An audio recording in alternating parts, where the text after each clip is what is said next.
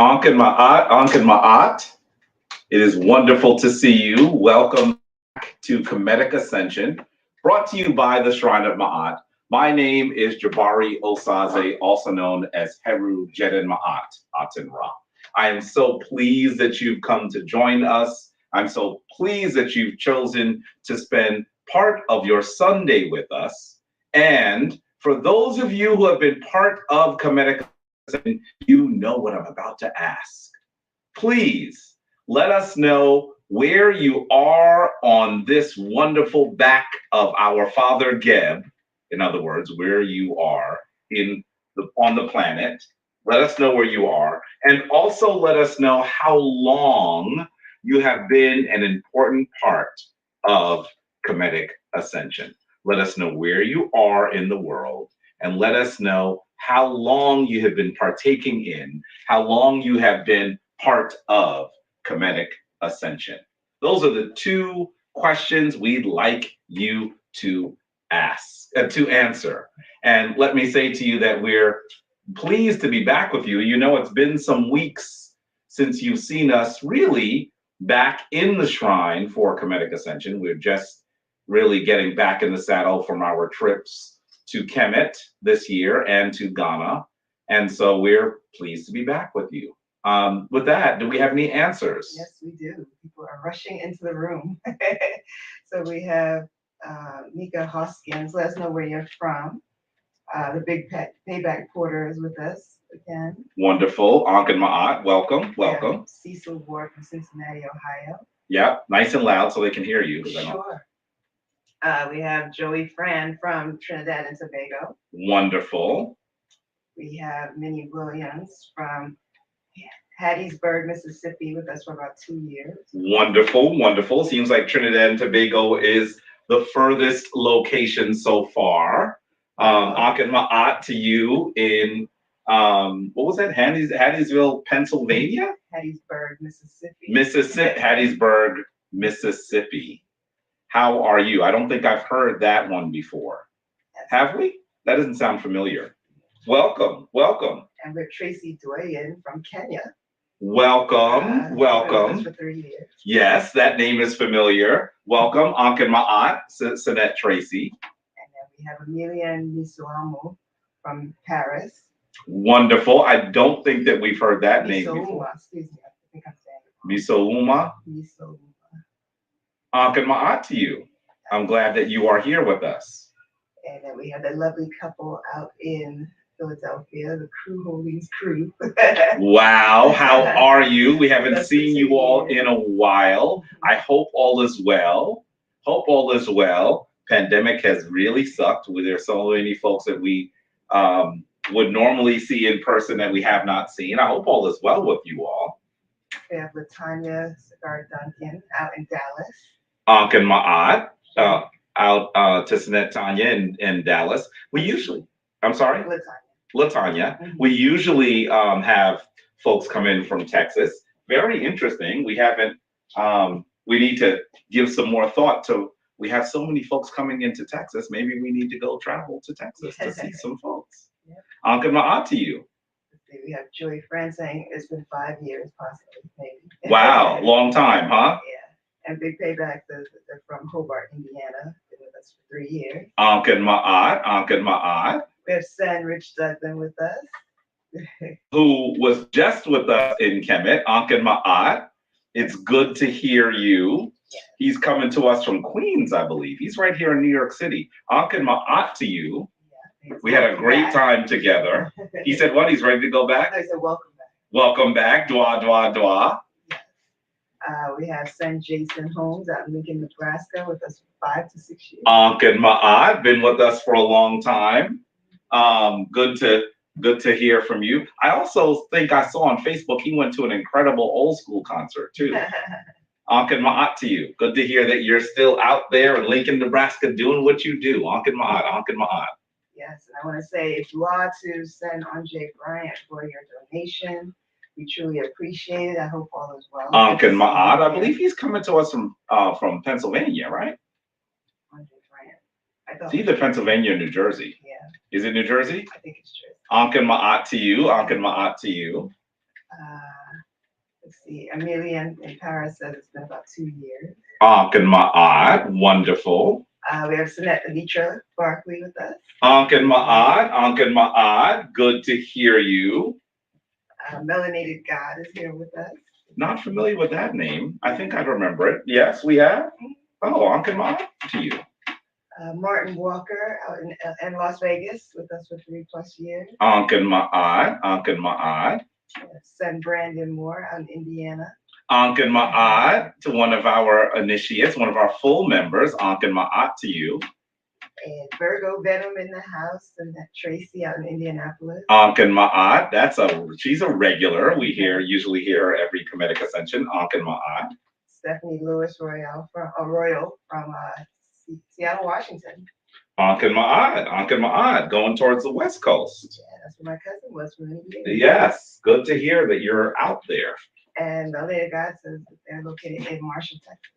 Oh, more Texas folks, huh? Yeah. I don't know Texas well, so I don't, and Texas is really large. Gigantic. Yeah, so I don't really know where Marshall is in regard to Dallas, but Ankh and Maat to you in the Lone Star State. We have Son Robert James out in London. Ankh and Maat, a regular. Ankh and Maat to you. We can't wait to get to London to do a tour of the British Museum, to meet the folks that are out there. Ankh and Maat, one of our regulars to you. We have Son Asun Amun-Ra. Shamsu Heru in the house from Chicago. Ankh and Maat, he's always in the house. Ankh and Maat to you. Did you see him? Anika just got back from Chicago. She was there so short, though. She was there so briefly. Ankh and Maat to you, our good brother and our really someone who we work with quite a bit through the Shrine of Maat. Yasir Rahotep convened his Soul Yoga Fest this weekend, and Nika was given an award and was featured in the documentary The Ankh. So she really was in Chicago for such a brief period of time. She kind of went in there, did the portion of the screening on Friday evening, and then did a few things early Saturday, and then came back home. So she really wasn't there that long. But Ankh and Maat to those of you who are in Chicago. We have Uruko Olurun from Wilson, North Carolina. Just welcome back. Dwa, Wilson, North Carolina. Ankh and Maat to you. Timothy Davenport, tell us where you're from. Ankh and Maat. Ankh and Maat, send Timothy. And you have Adrian Logan, family from Chicago as well. Ankh and Maat to the Windy City. Ankh and Maat. We have King Kim, tell us where you're from. Ankh and Maat. We have Vonda out in Greenville, South Carolina. Wonderful. Ankh and Maat. And so that Yashiriya Sakina Ra. Where is she now? One of our full members of the Shrine of Maat. Not sure exactly where she is these days. Grand Forks. Grand Forks? Yeah. Is that where are you in Grand Forks permanently? I know you were visiting with your children. I wonder if she's back in her regular space now. She's been with us 14 months proudly. And a full member of the Shrine of Maat. Ankh and Maat to you. We have African no hyphen. I like that. African no hyphen. That's cool. Ankh and Maat to you. Ankh and Maat. That's a cool name. King Kevin's from Louisville, Kentucky. Ankh and Maat. Okay, Minnie Williams says they're in Dallas but moved to Hattiesburg, Mississippi. I'm glad that we're back safely. Wonderful. Ankh and Maat and Dua to you. Yes, and that's Sandra Arrington, repping the Shamsu Heru. Ankh and Maat. I'm so glad that you're out there repping the full membership of the Shrine of Maat. Wonderful. And then we have somebody by the name of Yoga Girl Sai, who says they've been following Kemetic Ascension for 11 years. Ankh and Maat, one of the leaders of the Shrine of Maat, Abut Sashad, out of Connecticut. And Andre Bryan says, yes, South Jersey. It's South Jersey. Maybe that's why I always think that he's in Philly, because South Jersey is closer to Philly. Maybe that might be it. Ankh Ma'at to you. Ankh Ma'at. We have Herosar Amun Ra out in Dallas, Texas. Another person in Texas. Ankh Ma'at to you. Ankh Ma'at. Sen Gavin is here. Ankh Ma'at. Ankh Ma'at coming to us from the DMV area. Ankh Ma'at to you. So there you guys, please come to Texas. I'll be in the front with a notebook and all. Ankh Ma'at. We would love to come to Texas. Let us know what that looks like. I mean, we would love to be able to come. Where do we go? We've been to Texas, but not for shrine activities. So we would love to come out and greet the family out there in Lone Star State. We have Mr. Timmy from Philly. Ankh Ma'at. Ankh Ma'at. Ronald Green from Alton, Illinois. Ankh Ma'at. Ankh Ma'at. Adrian Logan out in Chicago. More in Chi-Town. Yes. Shig Sonic. Tell us where you're from. Interesting name. Yes. And we have Kanyili. I'm sorry if I'm saying that wrong. There's Diane, Kenya. Ankh Ma'at, Kenya. Yeah, wow, more Kenya. Ankh Ma'at to you. We have Sen Zach Carter out in Gary, Indiana. Ankh Ma'at, Ankh Ma'at, another name that we've heard before. Intwa Damala Inter. I'm saying that wrong, I'm sorry. Intwa Damala Inter. Ankh Ma'at to you. Please let me know if I mispronounced that. I will try to correct myself. We have Daniel Porter. Tell us where you're from. Ankh Ma'at. And let's see. Intwa Damala is from Brooklyn.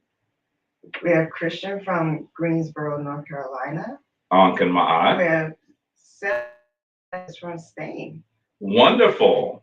Interesting. We don't often have folks from Spain as part of Kemetic Ascension. Welcome. I'm so glad that you're with us. And Charlene Campbell from Amsterdam City. Wonderful. Ankh Ma'at. Lamont Stokes is in the house. Thank you so much, Dwawu. Dwawu. Ankh Ma'at. Shu Tao Amun from Fredericksburg, VA. Ankh Ma'at. Ankh Ma'at. Sinette Cheryl from the DMV. Ankh Ma'at. Good to hear that you're out there still, Sinette Cheryl, a very active full member of the Shrine of Maat. Ankh Ma'at to you. We also have Sinette Glenda. Wonderful. We have a lot of our people. A lot of our full members in the house. We have Natural Emoja representing Jamaica. Wonderful, wonderful. Are you in Jamaica right now? Ankh Ma'at to you. Bro Pimpanzi, Obibini, Kanefer, Webin Rod. That's just fun to say. Coming to us from North Philly, Ankh Ma'at. How are you? And great, the two people from Kenya are meeting each other. Wonderful. Wonderful, Ankh Ma'at. We have Chris Bigby. Tell us where you're from. And I think that's what we have so far. We have one question already. Yes, question, please. Is the Hessi book the same as the teachers of Ptahhotep? That's a good question. The book known as the Hessi is a book that has been edited, curated. There's selections from Kemetic texts that have been edited and curated by Dr. Maulana Karenga. It does contain portions of the instructions of Ptahhotep or the maxims of Ptahhotep, but it isn't sort of the same because it has other texts that are not part of the instructions of Ptahhotep. And so the answer is yes, but no, I guess is the best way to put it. One of the things that's so good about the Hessi is that Dr. Karenga has worked very hard to try to maintain the spiritual alliteration in the text. Very often when Western scholars actually render the Kemetic text, they do it very literally and they take the sort of the spiritual philosophy out of the text in some ways. It ends up being kind of flat. And so it's really good that that one exists. So please get a copy of the Hessi, and I'm sure you'll benefit from it. And dua to Sani Ali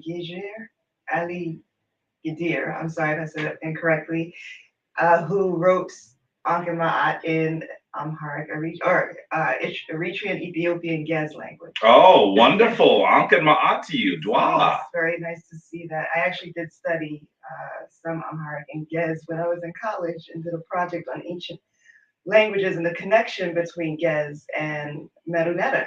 So it's really nice to see that. Wonderful. Ankh and Maat to you. And can we also say this is a really good time for you to share this broadcast. If you're looking at it on YouTube, please make sure that you're thumbing up the video and sharing it with folks. If you're looking at it on Facebook, please make sure that you're sharing it, because you know, as we know, that there are individuals that should be here with us for this celebration gathering of ancient African spirituality. So this is a really good time for you to thumb up the video and also to send it out to friends so that more folks can partake in Kemetic Ascension. Well, Nika Hoskins has been doing a great job of that. She's been adding a lot of people this morning. So I want to say dua to you. Ankh and Maat and dua. To everyone. Yeah. And welcome Shane the Watcher. Ankh and Maat, good to see you. Ankh and Maat and dua to you. Keisha Linda Johnson, good to see you. Wonderful that you're here. Ankh and Maat. Welcome, good to see you. Ankh and Maat. So Jason wants to know when you'll be filming African History Challenge again. Africana History. Oh, that's a really good question. I think that we're probably going to film, I know it's going to be in January, February. We're just beginning to talk about what the dates will be. But definitely January, February of 2023, we will be doing it again. Absolutely. I think that's it. So with that, let me say Ankh and Maat to you all. Welcome to you all. As you know, we're back in the saddle. It's been a while since we've been here for a regular Kemetic Ascension. We have to say dua to the Wenwet, particularly to Aboot Wasseret for convening the last session of the Kemetic Ascension. We thought we might have been able to do it, but we actually ended up being in a van coming from the central region towards, I guess we were going, it was in the other direction. Maybe we were going from Accra to the central. Either way, we were not able to have the kind of internet access that would have allowed us to run Kemetic Ascension. And we wanted to run Kemetic Ascension from Ghana, from Kemet. This year, our internet access really just didn't allow us to do it. So Ankh and Maat to you. I'm so pleased that you're back with us. You can imagine that we still have not even recovered. We have not recovered yet. I came back, I was sick coming back from Ghana, not the coronavirus, but sick still nonetheless. So that was part of it. Then we've hit the ground running for work and those sorts of things and consulting. And so I'm just getting back into New York City, just working in many ways overnight. I'm exhausted. Anika traveled to Chicago and came back. She just got back late last night. So we really are, I think when we come to Kemetic Ascension, we're usually tired. So maybe that's not that new, but it certainly means that we have to draw all of the divine energies in order to come to you and to be here for Kemetic Ascension. So dua for being here with us, and dua for letting us know where you are and for how long you've been part of Kemetic Ascension. You should know that at this part of our gathering, we do what we have been instructed to do by our elder, Baba Heru Ankh Ra Samad Sepata. We do that ceremony known as the opening of the way. The ceremony that should really commemorate that you are about to do something of importance. Whenever you're doing something of importance, you should begin with ceremony, just as our African ancestors did for tens of thousands of years of recorded history. So please join us. Please stand. You're going to stand in the position of adoration. That means you're going to stand with your left foot slightly forward as if you're taking a stride. And you're also going to expose your palms in front of you. And as you expose your palms, you're going to then put your left palm a little further forward to your right palm. And your right palm can also be a little lower than your left palm. Make sure that you are not breaking your wrist in a really dramatic way. Sometimes I see people doing this, and that's generally not the way that we see this position, this pose, that generally is called the position of adoration, rendered on temple walls, rendered in tombs, and rendered on papyrus. Just stand in this position and make sure that you are able to both give and receive divine energy. We're going to begin by chanting the word for everlasting life, Ankh. So you're going to take a deep breath, breathe from your abdomen, from your navel, and then chant out. Remember, as you're chanting, don't chant from here. It's not Ankh, it's Ankh, because you're trying to actually draw the energy from here into here as it comes out. Okay? So let's begin. Take your breath.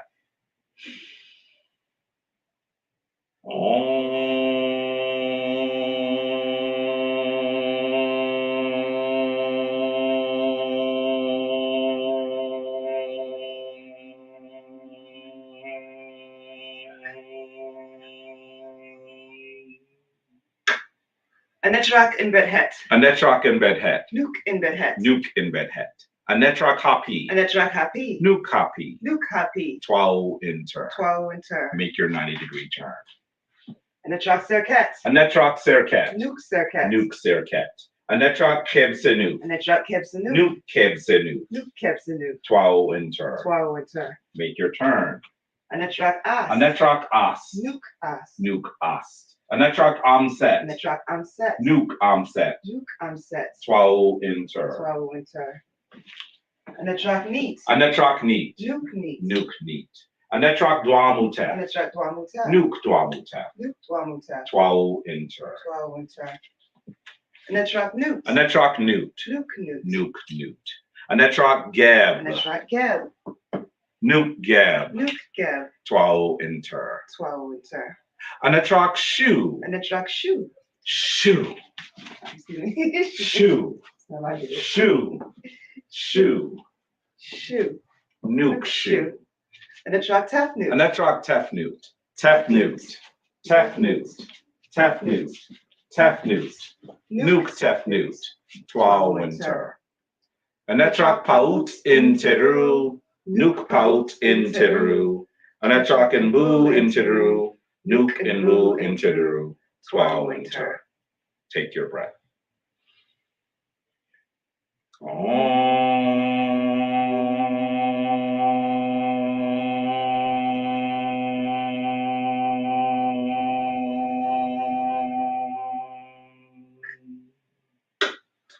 Dwa winter.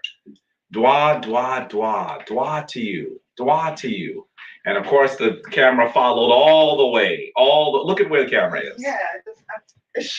It's how you move, I think. We have to once again talk about how to use this camera. I'm telling you, the camera is meant to actually track. And for whatever reason, when Anika walks this way, it tracks altogether. I think it might be her hand movement. Because when you do this, it's expecting for you to tell it what to do. And so you have to make sure that you don't do this and then move. Because if you do that and move, it's going to follow you, I think. Anyway, Ankh and Maat to you all. It is wonderful to be back once again, as I've said, for Kemetic Ascension. What are we going to do now? We are going to go into what we call Hessi. Hessi is how our Kemetic ancestors galvanize divine sound and harmony in chanting and in song. So please join us for Hessi. Anika, are we going to do Hessi ourselves? Are we going to play Hessi? What are we doing today? We have Overflow by the Schaefer. Wonderful, wonderful. So you may know that the shrine worked with that wonderful couple out in Dodowa, Ghana, known as the Schaefers, and they have a song that they wrote called Overflow. And so today, please enjoy their Hessi, known as Overflow. Enjoy, enjoy, enjoy.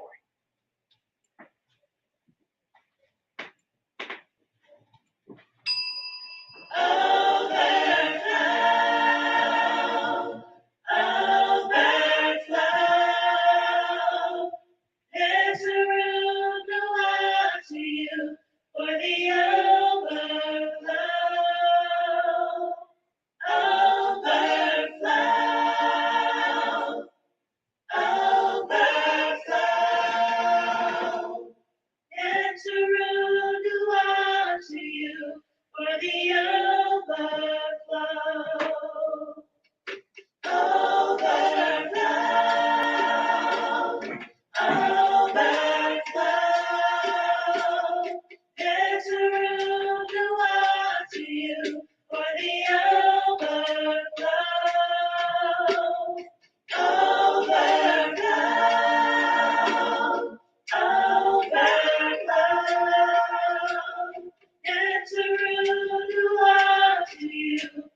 the overflow.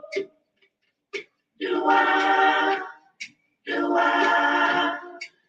anu buhema, Keteru, dua to you for the overflow. Dua, anu buhema, Keteru, dua to you for the overflow. Overflow, overflow. Enter-a-dua to you for the overflow. Overflow, overflow. Enter-a-dua to you for the overflow.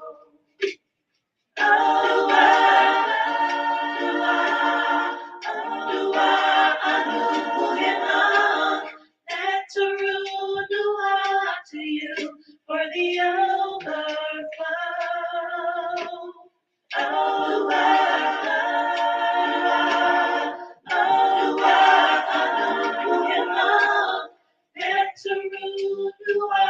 To you for the overflow.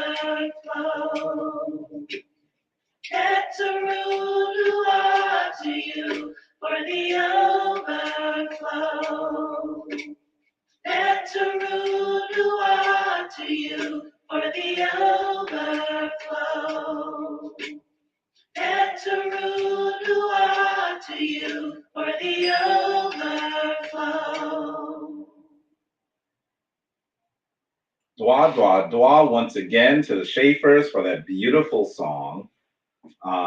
Talking about really in many ways the things, those blessings that are given to us by the Neteru. And I just love the way that you can think about sort of the Kemetic spiritual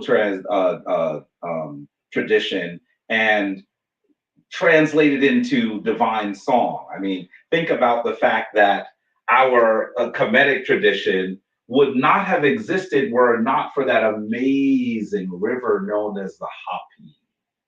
That river that brought civilization from the deepest interior of Africa to its coast, to its northeast coast, where Kemet and Kush existed.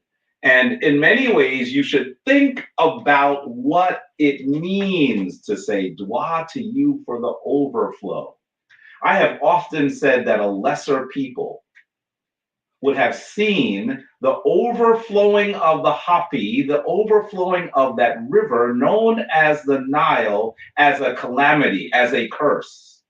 Think about this for a minute.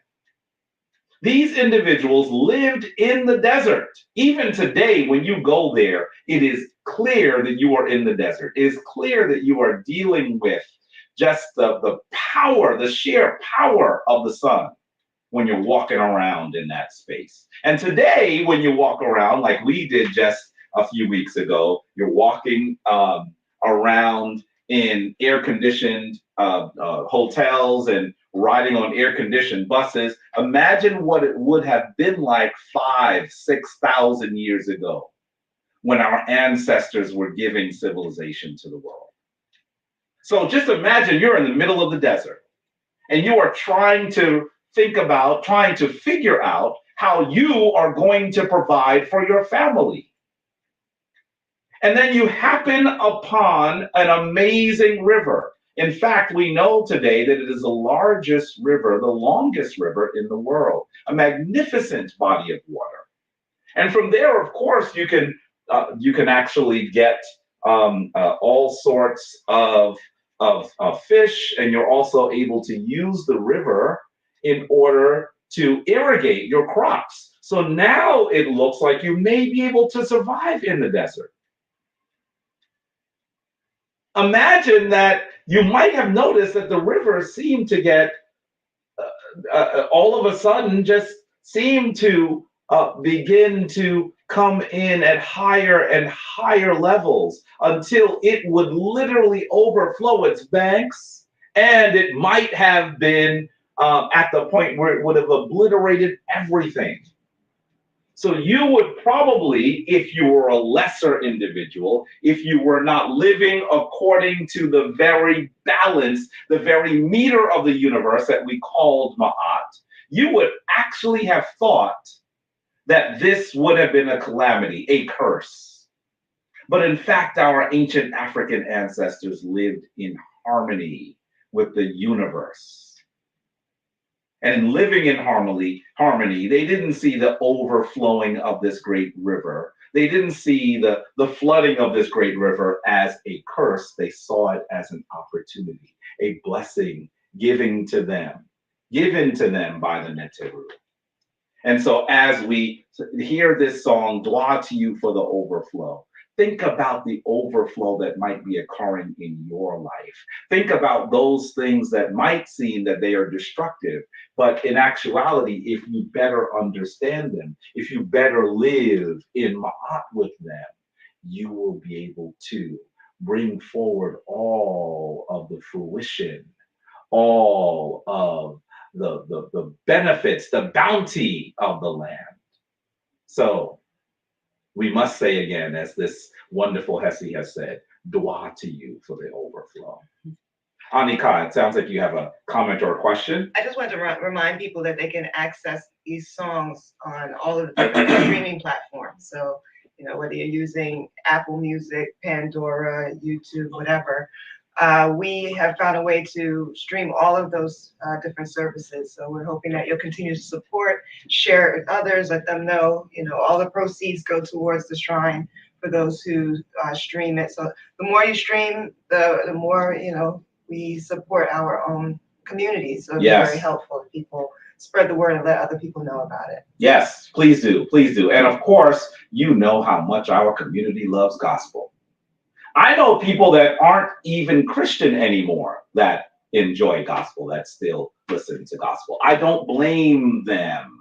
The music is beautiful, but why can't you have the original African traditions speak to you in a similar manner? Not because we're copying gospel, but because gospel, before there ever was a gospel, before there ever was a Jesus, a Yeshua, gospel would have been Hessi. And so we hope that you will enjoy and stream as much as you can. And I also want to give a shout out and say to Ahu for the donations from Sen Zach Carter. We appreciate you. Sen Shane Thomas, Sen M. You know, thank you to all of you, Dua, to all of you for your donations. Dua to all of you, absolutely, absolutely, for all of your assistance with allowing the Shrine of Maat to continue to exist, because that's really what you're doing. You're allowing us to continue to bring you Kemetic Ascension. You're allowing us to continue to be an entity that can assist you in your daily walk. So Dua to you all. And Dua to those who have already said that they've been sharing the music and downloading it and streaming it. We really appreciate it. Dua, dua, dua, dua, dua, dua. We have another question. Yes, please. What books to read to learn more about the priests and priestesses of ancient Kemet Kush? Honestly, I think that there are probably several things for you to read. I unfortunately think that one of the things that you must read, I mean, it's not always, listen, to be honest with you, we need to do a lot more work, okay? So some of the texts that I will direct you to are not necessarily the text that I envision would be as beneficial as text can possibly be. But at this point, if you want to learn more about the priest and priestesses, this is mostly about the priest. I would say one of the books that you should get is called Priest of Ancient Egypt by Serge Sauernon. That's a decent book for you to get. There's also a book about, there's a few books about the chantresses, and I'm going to try to I think it's Marissa Moon. The Temple Singer Marissa Moon. Do a search for Temple Singer Marissa Moon, And you'll actually see that there is a book that comes, I want to say that it was released by the Oriental Institute in Chicago. Take a look for that one as well. And there are other texts, but they're really just portions of text that I think would be helpful. And clearly, one of the challenges that I would have with either of those books, even though they're good primers, is that they're not books about how to be a practitioner. That's one of the challenges that we have. They really are historical analyses, which can be helpful, but in terms of being a modern day practitioner, there really is no good book that describes that. And I know that it's something that we've given a lot of thought, Anika, because as you all know, we have been training 9 priests for nearly the last 3 years. All of their training is almost complete. It'll be complete in just a few short months. And so we have been pulling from different places as well, pulling for everything so that we can assist them with public speaking, assist them with counseling, assist them with divination, assist them with really learning how to build and how to convene ceremony. All of those things are things that we have been studying over the course of these last 3 years. And so well, you've just been given a charge to write the book. I have many books that I should be writing. The challenge is finding the time. And so it's a real issue, but it certainly should be something, yes, that I think that we should create. Yes, absolutely. Well, to San Martin for your donation. We appreciate you. And he has a question about when initiation will be held again. Yes. You're going to see applications for initiation probably go live in December of this year, but it won't be until probably February or March of next year that initiation will begin anew. At this point, we hold initiation once a year. So if I were you, I would go ahead and be prepared for the application, which will be available in about December. You should submit the application as soon as you can. Don't try to submit the application in February or March, because there is a process. Everyone that is selected as an initiate of the Shrine of Maat goes through an interview, goes through an application process. We want to make sure that we are the right shrine home for you. And so definitely, and that you are the right initiate, the right member for us as well. So when you see the applications go live, go ahead and submit as soon as you can. Okay. Son Rich wants to know if anyone has done research or written about the last priest who wrote on the wall that he would be the last one. All I can say research, there have been some pieces written. San Rich might have is referring to the one of the places that we went this year called usually known as the Temple of Philae, that I think that our ancestors really called Pilark. It is the last space where the Kemetic traditions were being celebrated. And there is one person who is believed to be a priest that wrote the last inscription on the wall. And so it's a very interesting space to be in. It allows us to think about how our ancient African traditions really took a great tumble from the forefront of civilization to the point where people of African descent tend to be the most impoverished, tend to be the most subjugated, tend to be the most, in some instances, even reviled people on the planet. It's not lost on me that as we stand here in this time and we think about the horrors of war that are occurring in the Ukraine as Russia has attacked Ukraine, so many people have been giving all that they possibly can to the Ukrainians, and they should. I'm not saying that we should ignore the Ukrainians. They are in a difficult situation. However, I understand that those people who are usually struggling the most with social unrest, with war, with famine, with all of those things that occur when people are bereft of resources, those people usually tend to be people of color. And definitely, inordinately, they tend to be from the continent of Africa. Why? Because of a little dual calamity known as the transatlantic enslavement trade and colonialism. And so clearly it is Africans that are usually those that are struggling the most. But it is also Africans that are usually given the least, that are usually not treated as human beings.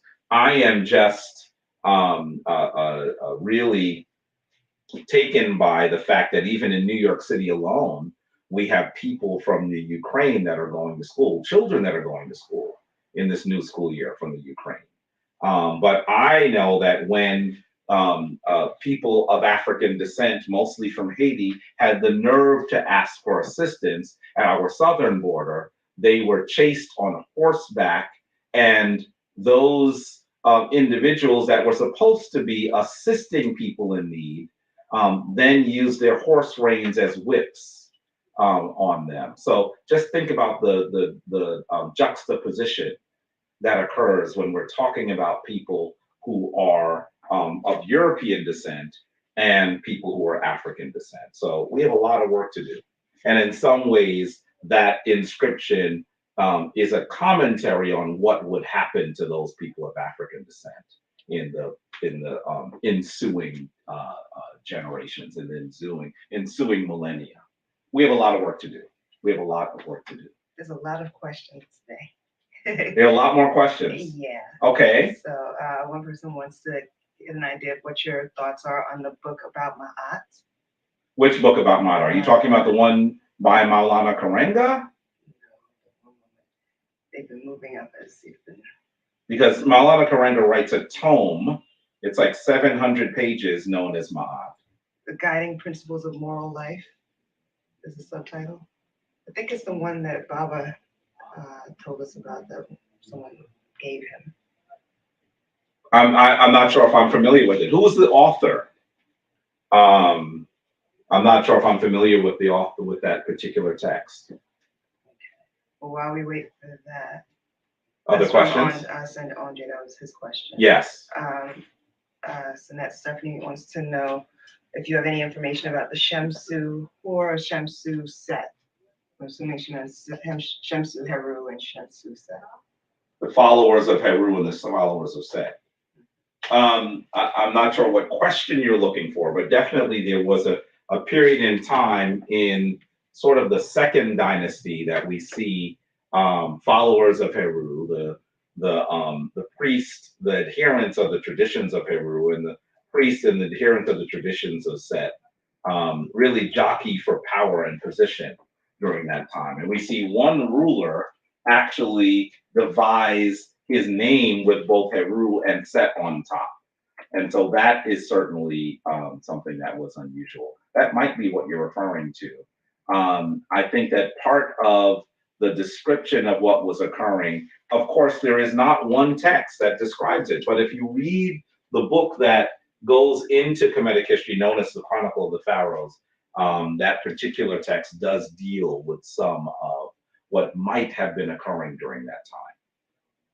Other questions? Yes. How did Ethiopians become Christians when they were never colonized?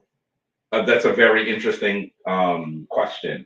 And I think we have to recognize that while Ethiopians never were forced to toil under a Western flag and have been in control of their country, we should recognize that that doesn't mean that they have not been influenced by Western traditions. Sometimes, and I know that this is something that I actually believed at one point, sometimes people used to say to me that Ethiopia was the origin of Christianity. I remember hearing that. I remember saying that when I was a much younger man and just really coming into study. But now I understand that Ethiopia is not the origin of Christianity.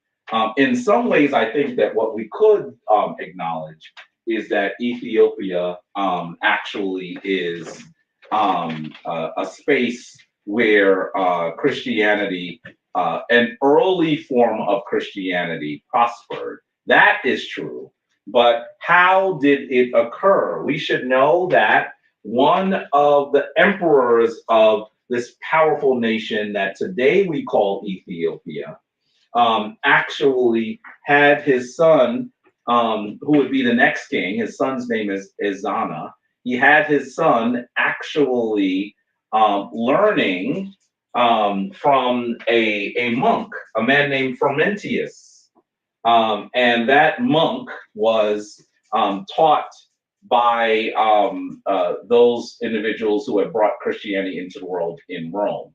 And so essentially what happened is they taught Izana, and Izana then decided that he was going to transition all of his nation into the Christian tradition. And so that is what occurred. It does come at the behest of Rome, although I will say that Christianity in Ethiopia does occur in a way that is much more African than the tradition that we're familiar with, that really comes into fruition in Rome and in other parts of the world. So Ethiopia is not the source of African Christianity. In many ways, we could argue that Christianity has its origins in Kemet. And it's something that I have been arguing, that I have been giving sources for an extremely long period of time. And of course, I also catch lots of heck for it. We'll say heck because we're in Kemetic Ascension. And in fact, there's even a new documentary which argues that Christianity is not the white man's tradition. And it features me. They didn't even ask me, by the way. They just used my words during one of the debates that I had with Dr. Vince Bantu. And so it's unfortunate, but that's what occurred. That's what occurred. Oh, you're talking about the one from Tadaka Kilimanjaro, Maat. I have not read that book. I've not read it. I have a copy of it, but I have not read it. So I can't really tell you much about whether that book is a great book or not. I know that the scholar that puts it together has put together other really good texts, but I haven't read that book yet to be able to give you a real analysis of it. So. And then I think this is the last question. Was Abba Garima from Rome? Abba Garima? Who's Abba Garima? This is a question from Sanheru Asar Amra. Abu Garima. I wonder who he might be referring to. I'm not sure if I know who you're referring to, unfortunately. Was Abba Garima from Rome? I don't know who you're referring to. And he's probably, is that still about Ethiopia? I don't know. Folks, Anika and I have said for a while that we need to develop a time that we're going to be able to sort of ask and answer general questions that people have. We just, once again, it's about time, right? It's about finding the time to do so. I know that there are probably lots of questions that you have, and there's a need for greater dialogue. That's something that hopefully we'll be able to do in the near future. Yeah. Yeah, we have a question, and it's something we did an entire ascension about. So I don't know if we can answer this question now, but what would you recommend for a purification ceremony or ritual? Yeah, purification is of critical importance in the Kemetic tradition. And I would say to you, it depends on what kind of purification you're attempting to do. And so that makes a difference. Obviously, we see everything from spiritual baths that some might actually call baptisms from a Christian lens later. We see spiritual baths occur in the African tradition for an extremely long period of time. We see verbal purification. We see ceremonial purification. We see purification by fire or by scent. We actually see the use of, as Anika is burning incense right now, we see the use of incense in ancient Kemet for an extended period of time as well. So there are lots of different ways that we see purification occur in the Kemetic narrative. It kind of depends on what you're trying to do. In some ways, even when we do a fundamental fast, we're also doing purification. right? So what kind of purification are you looking to engender? That would be the question that I would ask from you. And hopefully I'd be able to give you a clearer answer with a little bit of information about what you're trying to do. But of course, our African ancestors believed that purification should occur whenever you were preparing to do something important. You should prepare. And the best thing to do as you prepare is to purify. And so that is one of the ways that I would describe, I believe, an answer. I don't know what you're doing to what you're trying to do.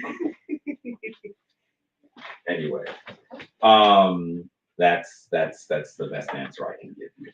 So from here, was there something else you wanted to ask? Well, the person who asked about Garima. So I thought he brought Christianity into Ethiopia or influenced it. No, I think you're probably talking about Izana. Izana is who you're referring to. Izana was the emperor who actually brought Christianity into Ethiopia. And in fact, you should know that he also is the one that, in many ways, puts the final nail of the coffin of those people that we would call the Kushites later on. The Kushites at that time, that we would call the Nubians later on. He sacks their city of Napata. And so as he does that, in some ways, he single-handedly plays a large role in undermining African spiritual traditions in many ways. And so that is probably who you're referring to, Ezana, usually spelled E-Z-A-N-A. Okay. We have a question. Yes, there are lots of questions. I want to switch to talk about the word from the Seba'it. Is there at least one more? Well, I'll answer one more. Okay. I'll try to do it briefly. When we see people teach Greek Stoicism philosophy, are these truly ancient Kemetic traditional teachings? If so, which Kemetic text can we truly read this philosophy from? Well, first of all, I wouldn't, if you're looking at Greek Stoicism and other philosophical traditions, I wouldn't necessarily call them Kemetic, although I will say to you that for those of us who have studied Kemetic thought and Kemetic ideology, it should be clear that they greatly influenced those individuals that were the philosophers. In fact, many of the early Greek philosophers who were of note will tell you that they got much of their understanding from the more ancient traditions of Kemet. In fact, some of them even studied in Kemet in order to be reputable philosophers. I'll say to you that that body of work known as the Seba'it, this is a good transition to what we're going to do in a moment, is in many ways the first recorded body of spiritual thinking, but definitely the first recorded body of philosophy. That's how I would describe the Seba'it. Seba'it is the Kemetic word for what we would call wisdom literature. And definitely that literature is something that is of critical importance in ancient Kemet. Okay, let's shift. I want to talk briefly to you about the importance of restoring Ma'at. You know that at this point in our gathering, we usually go into what we call the word from the Seba'it. And as I was saying to you earlier, the Seba'it is the wisdom literature of ancient Kemet. In many ways, it is the world's first and oldest genre of literature. And so as we talk about the Seba'it, we're talking about some of the world's oldest books. In fact, really all of the oldest books are in this body of literature known as the Seba'it. And the Shrine of Ma'at is truly about trying to bring the traditions of ancient Africa back into active uses, active practice in the modern day. And so we bring to you every Kemetic Ascension what we call a word from the Seba'it. And so today we'll talk about the importance of restoring Ma'at. As you look at this screen, you're seeing iterations, depictions of Ma'at. Ma'at is often as depicted in human form a beautiful woman with an ostrich feather on her head. That is how you will see her depicted. On the left, you are seeing the ruler known as Seti the First. This is the father of Ramesses the Great, offering Maat to the divine forces. And on the right, you are seeing Maat personified as the very scales of judgment.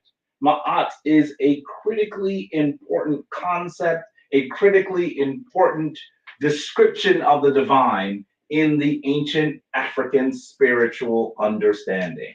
So today we'll talk about the importance of restoring Ma'at.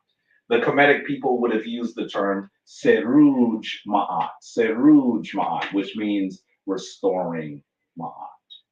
And I should say to you, one of the reasons why I have sort of been thinking about this topic extensively, come on now.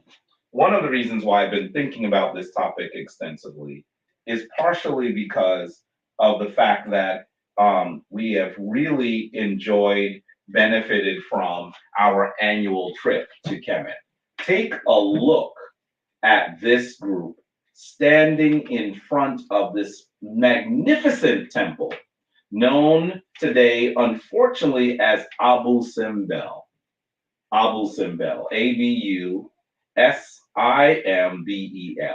I'm going to say to you while I'm giving you the term, I'm going to snatch it away and discard it. It should be in the wastebasket of history. Why should that name be discarded? Because an Italian plunderer and circus strongman made a journey to see this location hundreds of years ago. And as he made this long journey to see it, he thought it was humorous to name this location, which has these massive 5-story statues of Ramses the Great in the front of it. He thought it would have been funny to name it after a little person that was in his entourage. This is a person that we would have demeaningly called a dwarf earlier. That person's name was Abu Simbel. And so I say to you, family, that it is of critical importance for us to once again speak the names of this location according to our African traditions. The name that we utilized earliest was Ramesses Mary Amun. Ramesses Mary Amun, Ramses beloved of Amun. And look at our wonderful group standing in front of this beautiful location. It is absolutely amazing. And here's the group once again, sitting at the temple of Luxor, the temple known as Ipet Risiet in the ancient world. Ipet meaning temple, Ipet Risiet.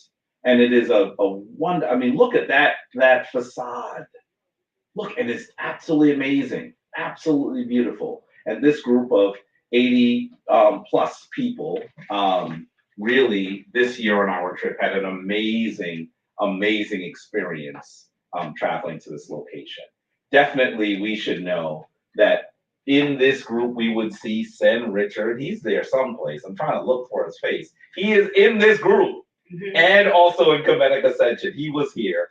And we also would see Abut Mahert, who is a priestess of the Shrine of Maat and is in this picture as well. It is an amazing honor for us to be able to spend our summers traveling to this sacred land and experiencing its great sacred sites. And so I always think deeply about what is the greater meaning of the Kemetic tradition when I stand in front of these absolutely gobsmacking locations. You could stand here and simply be enamored by megalithic structures and absolutely immense statues. But the question that I always come away with is why? Why did they do this? And what is the greatest teaching that we can take away from these magnificent sites? In many ways, We could stand here and talk about what stones things were made out of and when things were done and by who and all of those things. And those things are not unimportant. But I would argue the most important thing for us to do is to have an understanding of what spiritual, what philosophical underpinning made these wonderful locations possible.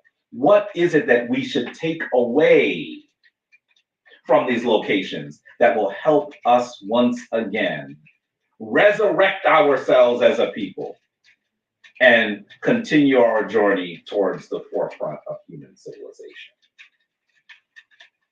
Take a look at this image. I love this one. This is me leading a tour in one of the temples.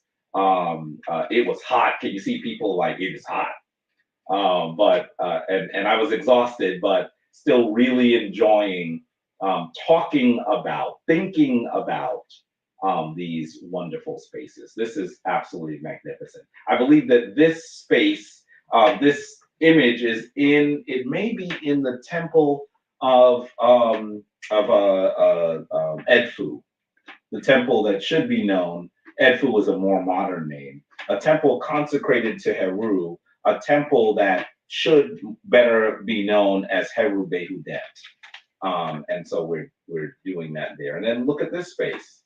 I just ended up taking a picture of myself and saying, can you imagine I get to be here? Can you imagine I get to be in this space? It is one of the greatest blessings that I have in my life. And then we happened upon a very interesting temple. This temple is probably should be known as the Temple of Nukt, the Temple of Nukt. And today, if you're going to do research, unfortunately, you're going to have to look for the term Kamambo, K-O-M, second word, O-M-B-O, Kamambo.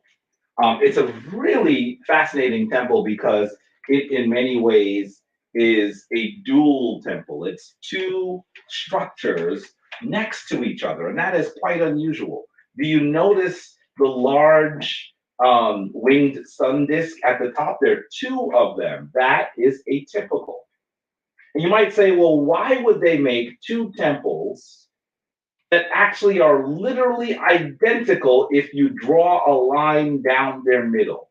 What are they trying to instruct us on? Well, this temple, this identical symmetrical temple, is consecrated to both Heru and to Sebek. And in this instance, they are trying to describe Heru and Sebek as locked in eternal a struggle with each other. That in some ways, Heru and Sebek are portions of our divine self. And this temple, which is identical, split right down the middle, is a commentary on the importance of maintaining your philosophical, maintaining your spiritual, maintaining your divine balance. We can only call that principle Maat. In fact, on one side you have the Holy of Holies of Heru. On the other side you have the Holy of Holies of Sebek.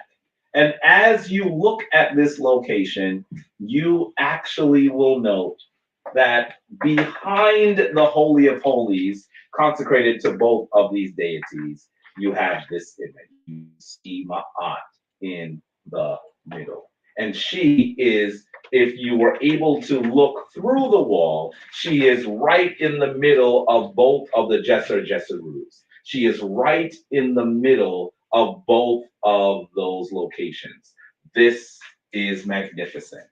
Our ancestors are talking to us about the importance of Seruj Maat, the importance of maintaining divine balance within us. This is beautiful. This is beautiful. So, really quickly, let's talk a little bit more about Maat. Let's talk a little bit more about Maat. I want to notice that the first written description, and when I say first, it doesn't mean that this is where Maat has her origin, but it certainly is the first time that we can find writing that describes Maat, is in the Mirkutu text. And it's in the one from the king known as Unas of the 5th dynasty. In utterance 260, he says, bring together then his members, which shall be secret. He joins those who are in the Noon being the primordial waters. He leaves his testament, Lo, Unas comes out on this day in true form of a living ox spirit, so that Unas interrupts the fight. He's talking about his powerful role as a combatant for Maat. That's probably the best way I can describe it. Let's continue. So that he punishes strife. Unas comes out, the guardian of Maat. He brings it while it is with him. Those who were very angry turn around about him. Those who were in the Noon transfer life to him. Unas's shelter is in his eye. The protection of Unas is in his eye. Unas's victorious strength is in his eye. The power of Unas is in his eye. Oh, you Neteru of the south, you Neteru of the north, you Neteru of the west, and you Neteru of the east, honor Unas, fear him, for he sat in the leather tent of the 2 courts. This is for a major ceremony that brings power and energy to Unas. Power of energy as he makes his transition as an eternal ancestor. The red one, the Jedin snake, might have burned you, for it strikes and crushes your hearts. You who come to Unas as adversaries, come to him as friends. Come to him. Unas is his father's self. He is the sprout of his mother. Unas's abomination is about to go about in darkness, so that he does not see upside down. In other words, he will live into the eternal afterlife. Unas comes out on this day and brings Maat, which is with him. Unas will not be handed down to your flame, you Neteru. So they're talking about the fact that Unas, in his death, is an eternal soul that cannot be destroyed. And what is with him as he comes out of the primordial waters? Maat. This is all a reference as they make Unas those divine characters who do the most important work in the great spiritual myths of ancient Kemet. That is what they are doing. Very fascinating, very fascinating.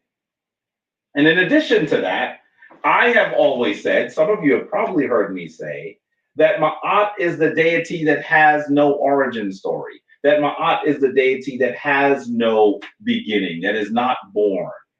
Take a look at this piece from the Shabaka stone in what should be known as the Book of Knowing the Creations. The Book of Knowing the Creations.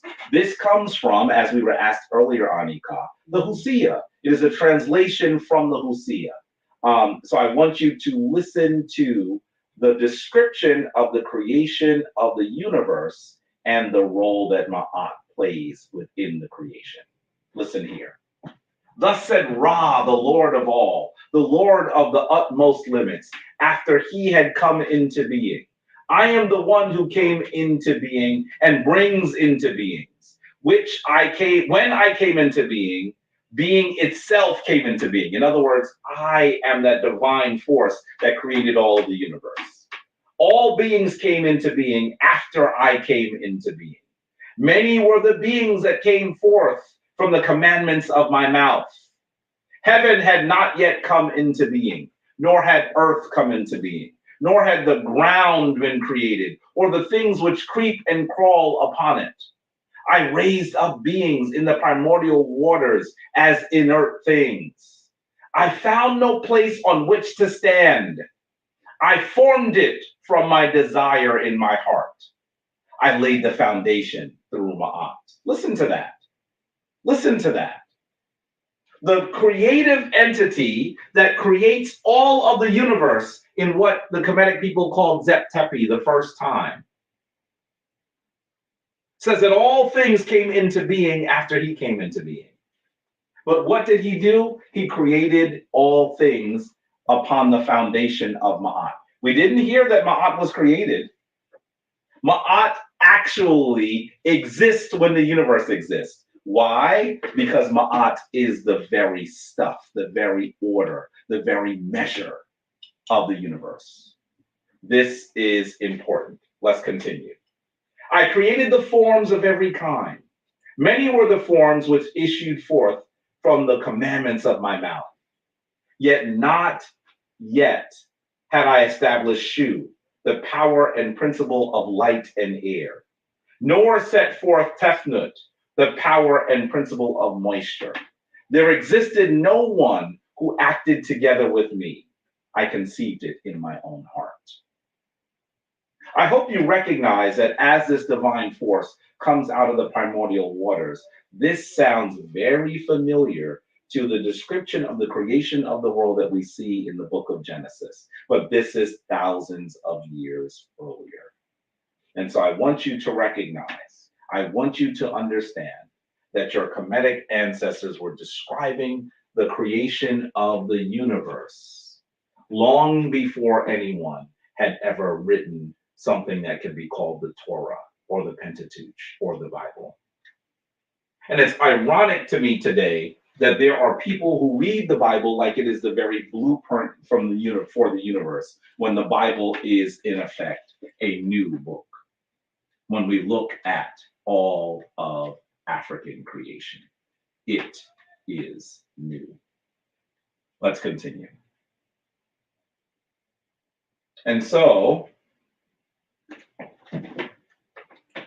we should also know, obviously, that when we talk about Ma'at, we also see Ma'at described in the 42 negative confessions of Ma'at.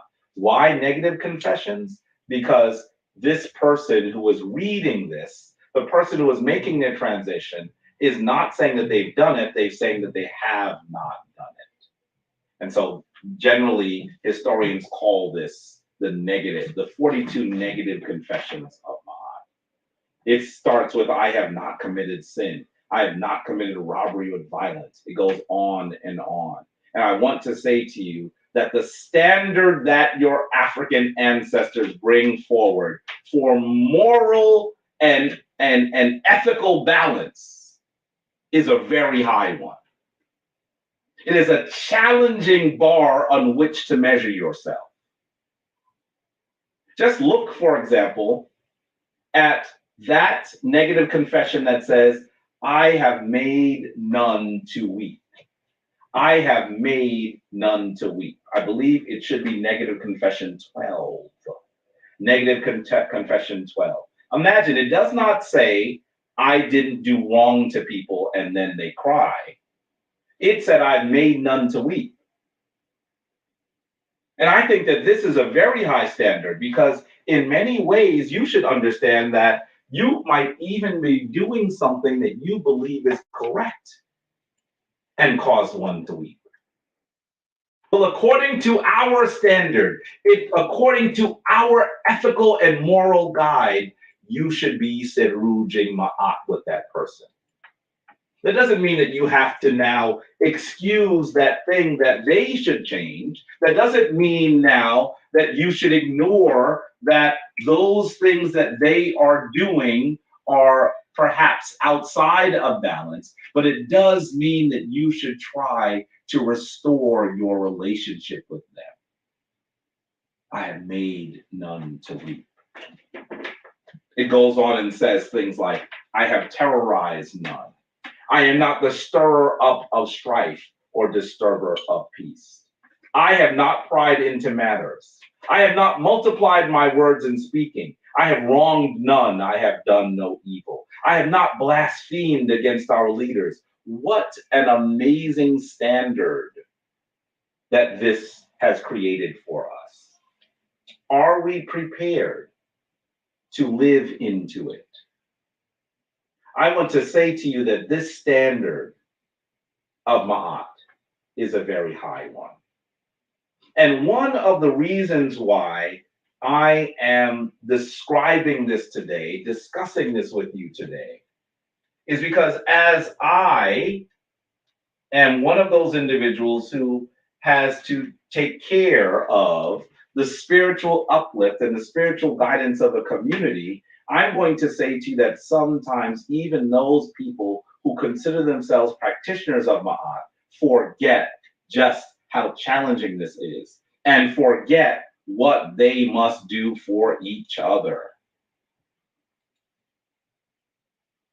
Sometimes I look at those people who are part of the Kemetic tradition, and I recognize that they're part of the Kemetic tradition because they are inspired by a civilization that is so incredibly influential in the ancient world, by a civilization who builds in massive form and manners that we still do not thoroughly understand today. That they are inspired by a civilization that lasts for over 3,000 years. They are inspired by a civilization that is African and still gives civilization to the world. And a civilization that in many ways is has been misrepresented in the modern world. And in some ways, I say that those people who are simply Kemetic because of that are really just Kemetic because they're interested in the things that Kemet has created. They should only be considered Kemetic because they are inspired by golden burial masks, that they are inspired by large structures that are created by large stones that weigh tens of tons, and that is what inspires them. That's amazing. All of it is amazing. But you must ask yourself, does the spiritual tradition that I purport to be part of make me better? Does the spiritual tradition that I argue I am part of help me be better to the people around me? Help me deal with people who I am in disagreements with? I have often sat alone in my chair and said about some of the people that I love who are part of the Kemetic community that they have not used the spiritual tradition to do good amongst our people. That they are often people who hold grudges. That they are often people who want to take it to the street. That they're often people who are too ready to have a harsh word for the people around them. That they're too ready to threaten people with physical violence, to threaten people with emotional harm. If they feel that they have been wronged, they're ready to damn near cut out someone's throat.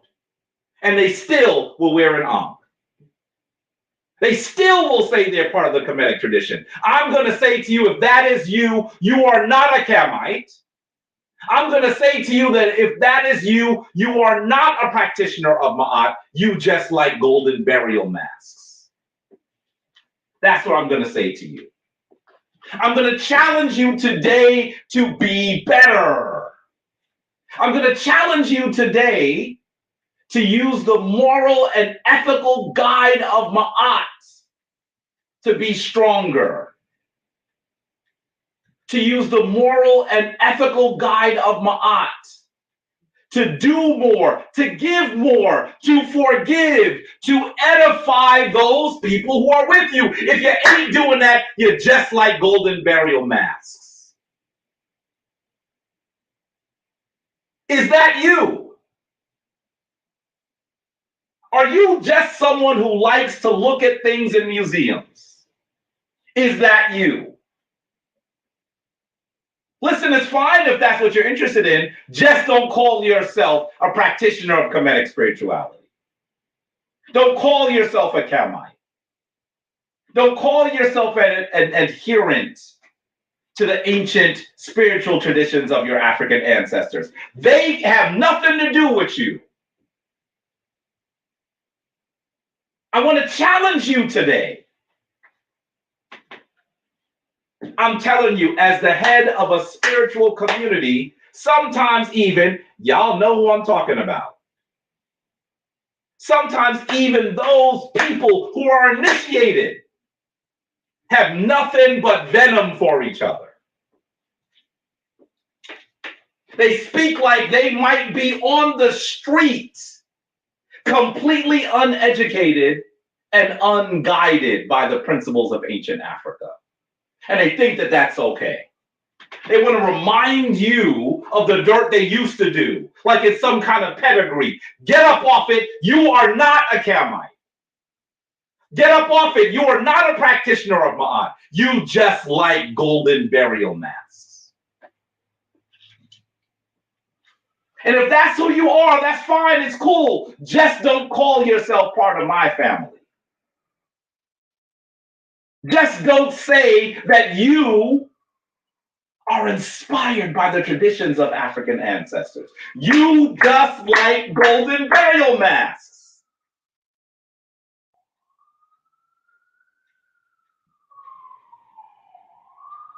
Are you at odds with people who are part of your community? Have you threatened them? Have you terrorized them? Have you made them to weep? Are you talking to other people who are part of the community and trying to draw allies against other people? You just like golden burial masks. Get up off it. You are not a practitioner of Maat. You are not a Kamite. Keep your funky behind in the museum and don't take them before the scales, because you will be found wanting every single time. Your heart will be heavy as a stone when it comes up against the feather of Maat. I'm tired of it. What standard are you drawing your life by? If your spiritual tradition doesn't make you better, if your spiritual tradition doesn't make you a stronger member of a family, if your spiritual tradition doesn't allow you to forgive, if your spiritual tradition doesn't allow you to be edifying, to help, to have words that are helpful, to have thoughts that are helpful for the people that are part of your community, you ain't a Kamite. You just like golden burial masks. It's time for you to be clear and honest to yourself that you ain't about Maat.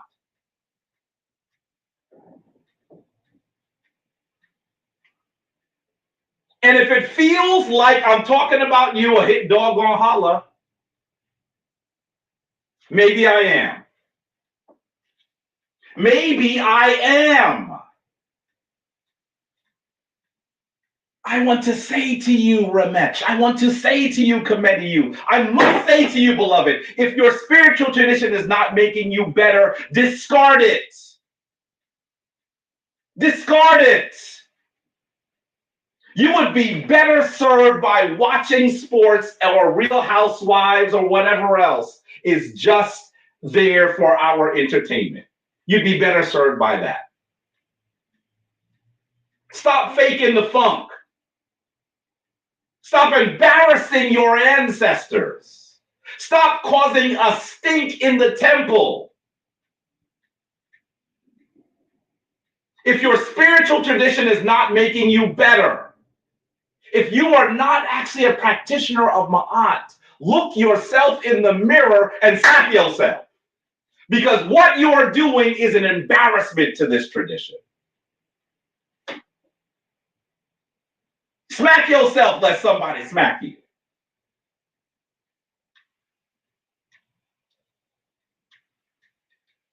And if somebody's feelings are hurt by what I have said, I apologize if I've made you to weep. But I must say to you, if your spiritual tradition is not making you better, discard it. That's what this is really about. What are you doing? You have some homework today. You have some homework today. Is there someone who you've had crosswords with? Is there someone who you have said things that are not in Maat?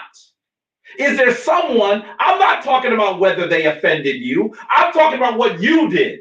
You are the one that has control of the weight of your own ob. You don't have control of the weight of their ob. You have control over the weight of your own soul. Will it stand the measure of the feather? Will it stand the measure of the feather? I'm telling you today, you got to do better. I'm telling you today that you have work to do. I'm telling you today that if you're not a practitioner of Ma'at, get up off it. You have work to do today. Are there people that you are at odds with? Why have you not said Ruj Ma'at? Are there people who you have made to weep? Why have you not said Ruj Ma'at? Are there individuals that you've allied other people with and spoken ill of them? Why have you not said Ruj Ma'at? With them and the person who you're speaking ill of. Does it say here in the 42, I didn't do something wrong to someone who did something wrong to me?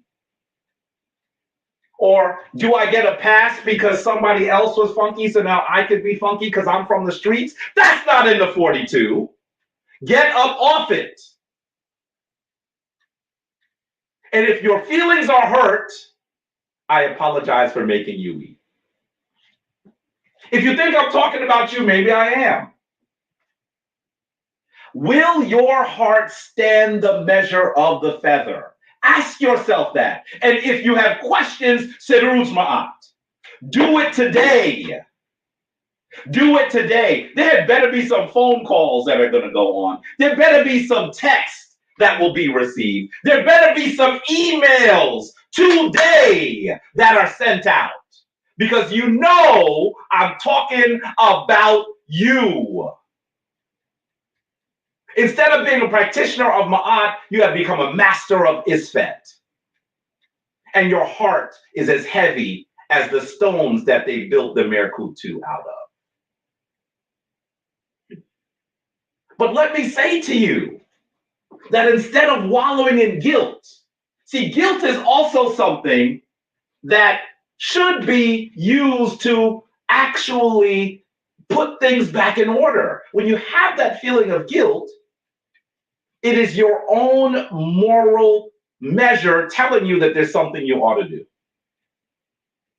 And if you're a practitioner of Ma'at, you don't get wallowed. You don't wallow in guilt. Why should you wallow in guilt? Have you seen the things that people do because they're guilty? I know I have. Sometimes they do really, really nasty things because they're guilty. Because it's hard to look at oneself in the mirror and say, I am a transgressor against Ma'at. But you shouldn't wallow in guilt, because if you're really a practitioner of Ma'at, what will you do?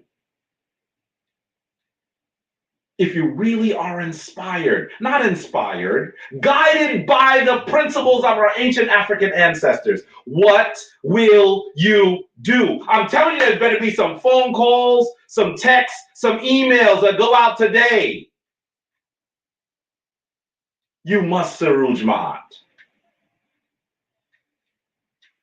That's what you must do. And so as I come back here to the United States this week, and I look at these images, I look at how often we see the kings and queens and those individuals who are practitioners of the Kemetic traditions restoring Ma'at. I know that we can do better. We can do better. We can do better. You must Saruj Ma'at.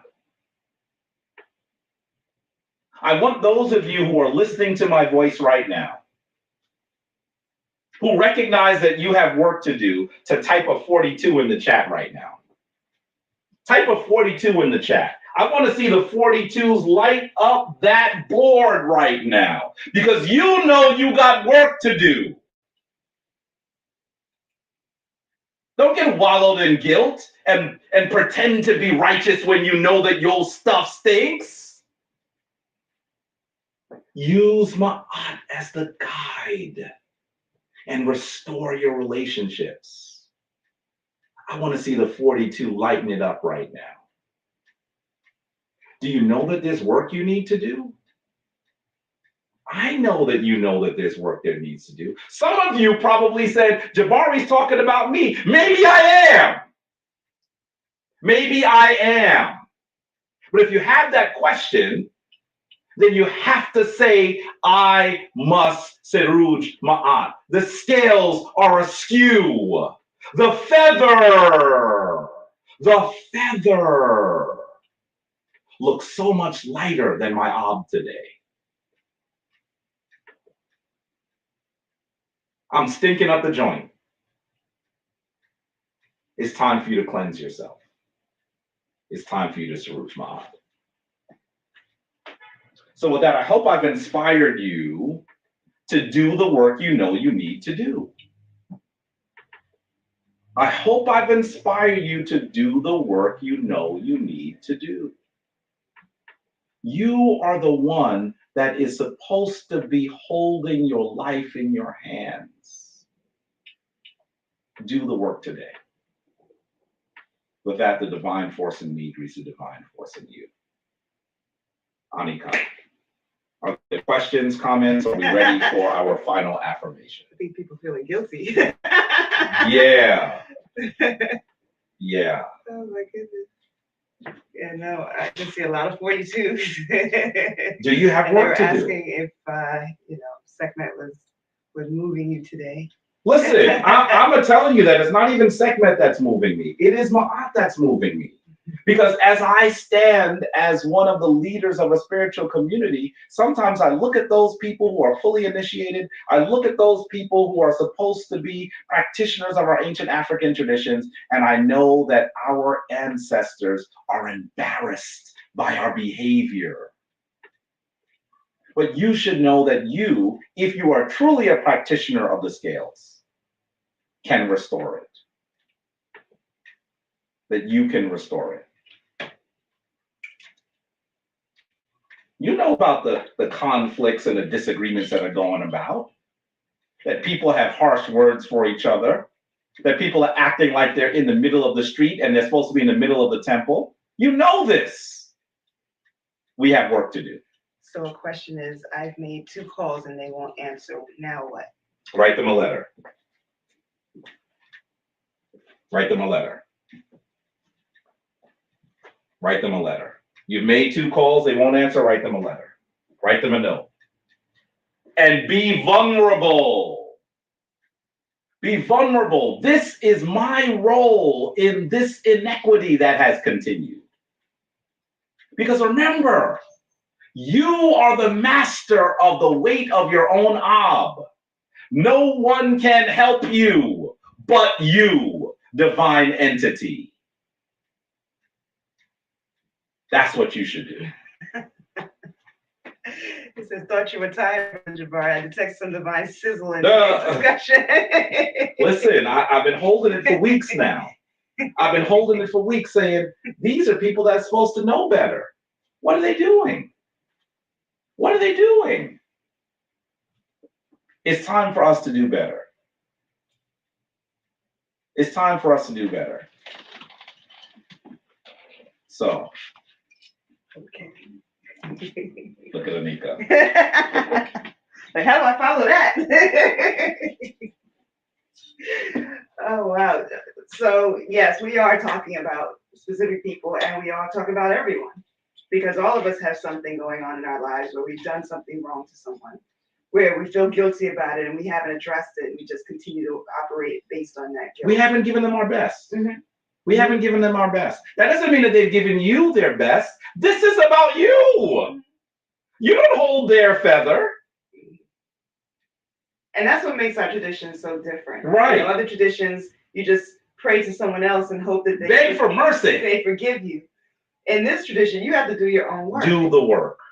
So you have to be responsible. You're the one who has the heavy heart. You're the one who has to release it. You're the one who has to deal with whatever you've done wrong. If you've been lying to people, you need to come clean. You need to deal with that, because that's just something that's going to continue to hold you back and continue to make you the person that you're not supposed to be. The purpose is every day to wake up and try to be a better person. That's what spirituality is all about. If that's not what you're doing this for, then what is the point? You're just like golden burial masks. That's cool. You think they look nice. Wonderful. Wonderful. So hopefully, you know, don't take it personal. No, take it personal. Take it personal and do the work.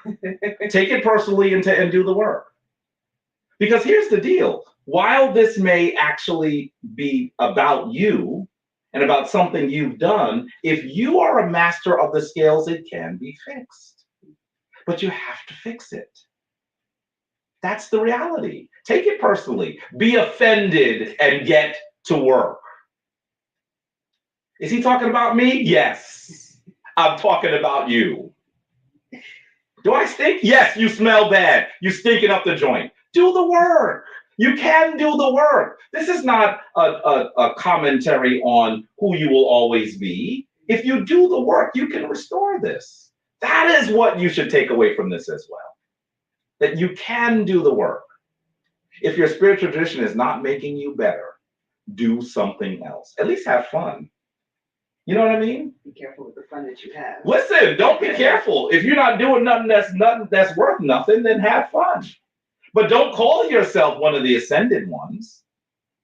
Take that ankh and put it in a drawer. Give it to someone that's going to use it.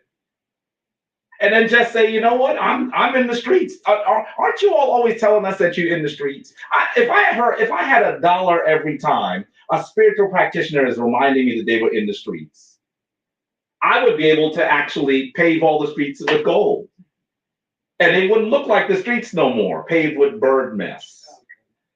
I'm telling you, if I had $1 for every single time one of you are reminding me that you came from the depths of depravity, then I'd be a wealthy man.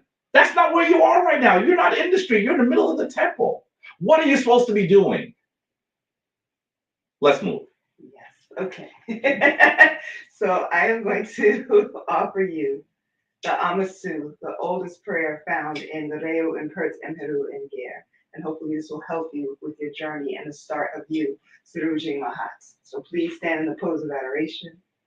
We'll say it in the language of our ancestors, the Untu Untan, and then we will repeat it in English. So please follow after me. Amasu and Patenter. Amasu and Patenter. Sauksu. Sauksu. Emitra. Emitra. And Patenter. And Patenter. Autu. Autu. Aura. Aura. Maketi Pa. Maketi Pa. Herura. Herura. Give yourself to the One Most High. Give yourself to the One Most High. Keep yourself daily for the divine. Keep yourself daily for the divine. And do it tomorrow. And do it tomorrow. Just as you did You today. did it today. Twa Winter. Twa Winter. Thank you to the divine. And thank you to all of you. Family, please get to work. And I hope you know that while I might have been spewing some venom, it only comes in love. I really do believe that we can do better and be better. Our people need us to be better. With that, please go and enjoy the rest of your Sunday and get to work. Seruj Maat, Seruj Maat, Seruj Maat. With that, Shema Ma'at, go forth in divine balance. We'll see you soon. Peace.